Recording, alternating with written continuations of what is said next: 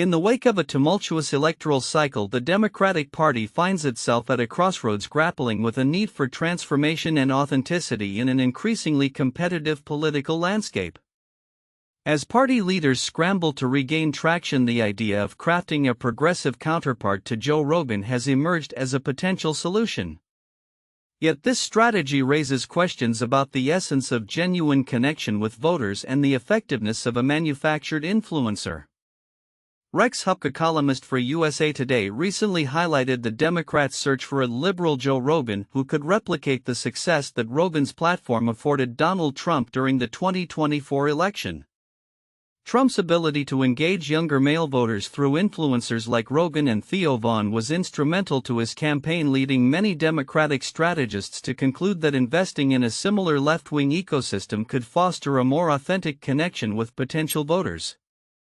However, Huppke challenges this approach, arguing that authenticity cannot be bought and that creating a progressive influencer is a misguided effort. Democrats think they can buy authenticity and create a liberal Rogan. Huppke remarks, emphasizing that such strategies overlook the fundamental need for real engagement with voters. Instead of pouring millions of dollars into influencer campaigns, he suggests that the party should prioritize hosting community town halls to foster genuine dialogue between candidates and constituents. This sentiment echoes a broader concern within the party, as many Democratic voters express dissatisfaction with leadership that seems disconnected from their needs. Recent polling reflects this discontent.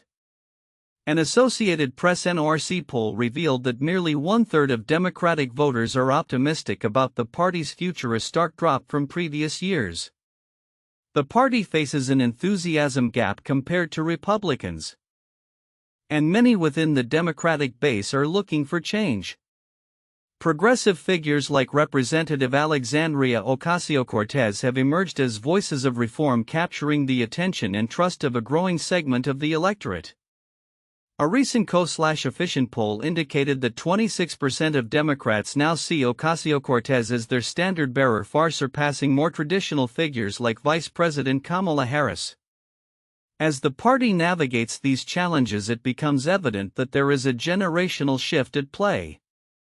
The rise of younger candidates and the increasing prominence of progressive voices signal a desire for new leadership that resonates with the evolving needs of voters. Huppke's critique underscores that rather than attempting to manufacture a liberal influencer, the Democratic Party would benefit more from embracing grassroots engagement and authentic conversations about the issues affecting everyday Americans. The Democratic Party's predicament is further complicated by upcoming elections, with many observers noting the long odds they face in critical battlegrounds. For instance, as Ohio Democrats prepare for the 2026 gubernatorial race, the inability to rally behind a united candidate presents a significant hurdle. While figures like Sherrod Brown could potentially galvanize support, the party must address the shifting dynamics among voters who have increasingly leaned toward Republicans, particularly in working-class regions. Grappling with these realities, Democratic leaders must recognize that authentic engagement and responsiveness to voter concerns are paramount. As Huppke suggests, maybe we should just spend a ton of money on getting out there and talking to people. This approach not only fosters genuine connections but also aligns with the desires of a disenchanted electorate seeking meaningful change. Looking ahead, the Democratic Party stands at a pivotal moment. The challenge lies in balancing the need for innovative outreach with the imperative of authenticity. As they navigate this landscape, it will be essential for party leaders to listen to their base, embrace new voices, and cultivate a more inclusive and dynamic political environment. The future of the party may well depend on its ability to adapt to the changing expectations of its constituents and to cultivate leadership that truly represents the diverse perspectives within its ranks. In the evolving landscape of American politics, events continue to shape the narrative surrounding key figures and the Republican Party. Recently, a notable gathering is set to take place in Montana, where county Republicans plan to host an exclusive dinner featuring former National Security Advisor Michael Flynn and Montana Attorney General Austin Knudsen. Scheduled for June 10. The event aims not only to raise funds for local Republican initiatives but also to rally support for the party's agenda amid a backdrop of political controversies and shifting voter sentiments. The dinner is poised to attract both supporters and critics alike as Flynn remains a polarizing figure following his involvement in the Trump administration and subsequent legal troubles. His presence at the event underscores the Republican Party's ongoing struggle to navigate its identity in the wake of Donald Trump's presidency. "We are excited to welcome influential voices like Michael Flynn and Attorney General Knudsen," said a spokesperson for the county party, emphasizing the importance of fostering unity and engagement among party members. As the Republican Party grapples with its direction, recent decisions at the national level have sparked debate. Notably, the GOP has rejected proposals for a millionaire tax, advancing instead a series of tax breaks that primarily benefit wealthy Americans. This decision reflects a broader trend within the party to align with pro-business policies, even as critics argue that such measures exacerbate economic inequality. According to a recent poll, a significant portion of the electorate is increasingly concerned about the widening wealth gap, with many calling for more equitable tax legislation. The political climate is further complicated by editorial critiques suggesting a fundamental transformation within the Republican Party itself. A recent op-ed in the Ripon Commonwealth Press declared that the Republican Party as it has been known since its inception in 1854 is effectively dead. The editorial lamented the abandonment of core principles such as fiscal responsibility and adherence to the Constitution, suggesting that the party has strayed far from its original mission. The political movement that once stood for free markets and law and order is now fraught with contradictions, the piece stated, highlighting the perceived hypocrisy in current GOP policies. The op-ed specifically criticized the Trump administration's approach to governance, pointing to actions that undermine established legal frameworks such as attempts to bypass judicial authority and fiscal irresponsibility that threatens national stability. The writer's assertion that the party's identity crisis is emblematic of a broader failure to uphold foundational values resonates with many disillusioned voters who feel disconnected from the party's current trajectory. As the Republican Party faces these internal and external challenges, the upcoming dinner in Montana may serve as a microcosm of a larger struggle for the heart and soul of the GOP, with influential figures like Flynn and Knudsen at the forefront. The party is attempting to navigate its path forward amid a complex and often contentious political landscape. Looking ahead, the outcomes of such events and the decisions made by Republican leaders will undoubtedly play a significant role in shaping the party's future. As the 2024 elections approach, the ability of the GOP to reconcile its past with its present will be crucial in garnering support from a diverse and evolving electorate. The dinner may be just one of many opportunities for the party to redefine its message, but it is clear that the road ahead will require careful navigation and a willingness to address the concerns of both its base and the broader public. In the fast-evolving landscape of American politics, a new poll has set the stage for a potentially dramatic Republican primary in Texas.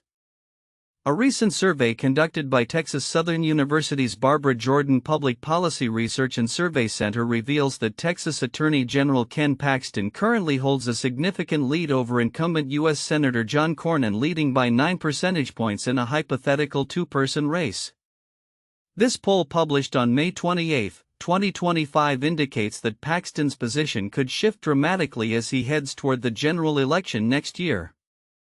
Mark Jones, a political science fellow at Rice University's Baker Institute and co-author of the survey, emphasized the current strength of Paxton's candidacy within the Republican primary. Right now, if it's a head-to-head race between Paxton and Cornyn, Paxton is a very strong favorite, Jones noted, suggesting that unless Cornyn receives a pivotal endorsement from influential figures like former President Donald Trump, his chances of overcoming Paxton seem slim. However, the dynamics change significantly when potential Democratic challengers enter the equation. The poll indicates that Paxton's lead narrows to just 3 points against Democratic Congressman Joaquin Castro and to a mere 2 points against former Congressman Colin Allred, both of whom appear well positioned to capitalize on any vulnerabilities Paxton may exhibit during the general election campaign. As Jones pointed out, going into November, Paxton is likely to be the weakest candidate Republicans could put forward.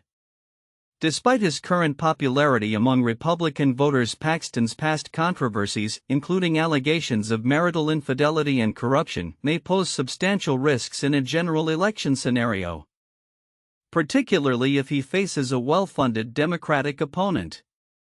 Jones warned that should Paxton find himself up against a challenger backed by substantial financial resources, the landscape could shift unfavorably for him.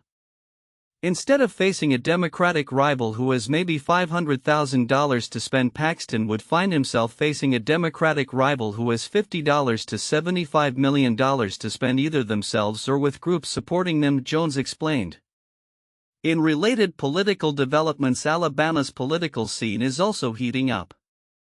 Former Navy SEAL Jared Hudson has announced his candidacy for the U.S. Senate, seeking to fill the seat recently vacated by Senator Tommy Tuberville, who was running for governor. Hudson framed his campaign as a response to the needs of everyday Alabamians, stating, "I bring the needs, I bring the concerns of everyday Alabamians to the Capitol, where these things are oftentimes decided." With his previous experience as a candidate for Jefferson County Sheriff, Hudson aims to resonate with voters disillusioned by current political leadership. As both Texas and Alabama gear up for significant political contests, the implications of these early polling results and candidacy announcements could shape the future landscape of American politics. The next few months will likely bring further developments, particularly as candidates ramp up their campaigns and voter sentiment evolves. With critical elections on the horizon, both parties will need to navigate complex voter concerns, funding dynamics, and the overall political climate, which may become increasingly unpredictable as the election date approaches. In a significant political maneuver, Virginia Governor Glenn Youngkin has announced a special election to fill the seat vacated by Representative Connolly. A move that comes amidst a whirlwind of primaries and heightened political engagement as the 2025 election season heats up. This decision underscores the urgency within the Virginia political landscape as parties mobilize to secure critical congressional seats ahead of the upcoming elections. The announcement has prompted a flurry of reactions from state politicians and party leaders, reflecting the heightened stakes involved. Governor Youngkin's decision to call for a special election aims to ensure that voters have a say in who represents them in Congress, particularly during a time when pivotal issues are at the forefront of national discourse. "We need a representative who will advocate for our communities and ensure that our voices are heard in Washington," Youngkin stated, emphasizing the importance of timely electoral processes. As the election quickly approaches, candidates from both major parties are gearing up to stake their claims. The Democratic Party, in particular, is under pressure to rally support and maintain its foothold in Virginia, a state that has seen shifting political dynamics in recent years. "We must present a united front and offer a vision that resonates with the people," a Democratic strategist remarked, highlighting the strategic importance of this seat for the party's broader electoral strategy. In the Republican camp, enthusiasm is palpable as the party looks to capitalize on any potential vulnerabilities among Democratic candidates. Analysts predict that this special election could serve as a bellwether for the upcoming general elections, providing insights into voters' sentiment and party alignment. Winning this seat would not only bolster our numbers in Congress but also send a strong message about our party's direction and priorities, a Republican official noted. The implications of this special election extend beyond state lines, with national attention focused on Virginia. Both parties are likely to invest heavily in this race, utilizing it as a platform to galvanize grassroots support and energize their bases. Fundraising efforts are already ramping up, with candidates leveraging various media channels to amplify their messages and reach potential voters. As the political landscape continues to evolve, the outcomes of this special election will be closely monitored. It could very well set the tone for the remainder of the election cycle, influencing strategies and decisions for both parties as they navigate the complexities of the electoral map. As Governor Youngkin and party leaders prepare for the upcoming political battle, there is no doubt that the stakes are high and the eyes of the nation will be watching closely. Looking ahead, this special election could not only determine the immediate representation of Virginia in Congress but also shape the broader political narrative as the nation gears up for a consequential electoral season. The unfolding dynamics will be critical for both parties as they seek to define their platforms and engage with voters in a rapidly changing political environment. As the United States Supreme Court prepares to announce a series of consequential rulings this summer, civil liberties advocates are closely monitoring several key cases that could redefine the landscape of rights in America. The court's decisions will touch upon critical issues such as immigration, free speech, religious liberty, LGBTQ rights, and voting rights, all of which are at the forefront of national discourse. This term, the Supreme Court has taken up cases that reflect the complex challenges facing American society. Among the most significant is U.S. v. Skrmetti, which questions whether Tennessee's law prohibiting gender-affirming hormone therapies for transgender minors violates the Equal Protection Clause of the U.S. Constitution. The American Civil Liberties Union (ACLU), which has been actively involved in these legal battles, argues that such bans amount to discrimination based on sex and transgender status. A ruling in favor of Tennessee could not only restrict medical treatment for transgender youth but could also set a precedent for further limitations on healthcare, echoing the implications of the Supreme Court's decision in Dobbs v. Jackson Women's Health Organization that rolled back abortion rights. In the realm of free speech, the case of FSC v. Paxton poses another significant challenge. This case examines a Texas law mandating individuals to provide personal identification to access websites with sexual content. The ACLU contends that this law threatens First Amendment rights by imposing invasive restrictions that could extend beyond sexual content to broader online speech. Critics argue that such age verification laws, while ostensibly aimed at protecting minors, could pave the way for widespread censorship and infringe upon the fundamental right to access information. Religious liberty is also under scrutiny in the case of Mahmoud v. Taylor, where a Maryland school district's policy prohibiting parental opt-outs from an LGBTQ-inclusive English curriculum is challenged. The ACLU argues that allowing such opt-outs would disrupt the educational environment and stigmatize LGBTQ students. This case underscores the tension between parental rights and the commitment to inclusivity in public education, raising critical questions about the role of religious beliefs in shaping educational policies. Voting rights are at stake in Robinson v. Calais, where the Supreme Court will determine the legality of Louisiana's congressional map, which includes 2 majority black districts. The ACLU asserts that fair representation is crucial for Louisiana's black population, and the outcome of this case could have significant ramifications for how electoral districts are drawn across the country. The history of racial discrimination in voting practices in Louisiana emphasizes the need for vigilance in ensuring that all communities have equitable representation. Beyond the official docket, the Supreme Court's shadow docket has been a focal point for emergency cases, particularly those related to immigration enforcement and birthright citizenship. The shadow docket allows for expedited decisions often made without full briefing or oral arguments, raising concerns about transparency and accountability in the judicial process. Recent actions by the court, including a ruling affecting the deportation of certain undocumented immigrants, illustrate the potential for significant policy shifts to occur with little public scrutiny. The implications of these cases extend beyond the courtroom, impacting real lives across the nation. For instance, the Supreme Court's recent ruling to uphold the Trump administration's decision to strip legal protections from approximately 350,000 Venezuelans under temporary protected status (TPS) has sent shockwaves through immigrant communities. Many Venezuelans in the U.S., particularly in states like Minnesota, are grappling with uncertainty as they face the prospect of losing their legal status and the security it provides. As one immigrant poignantly noted, "We can't leave, we can't stay." It's not easy. Highlighting the dire situation many find themselves in amidst shifting immigration policies.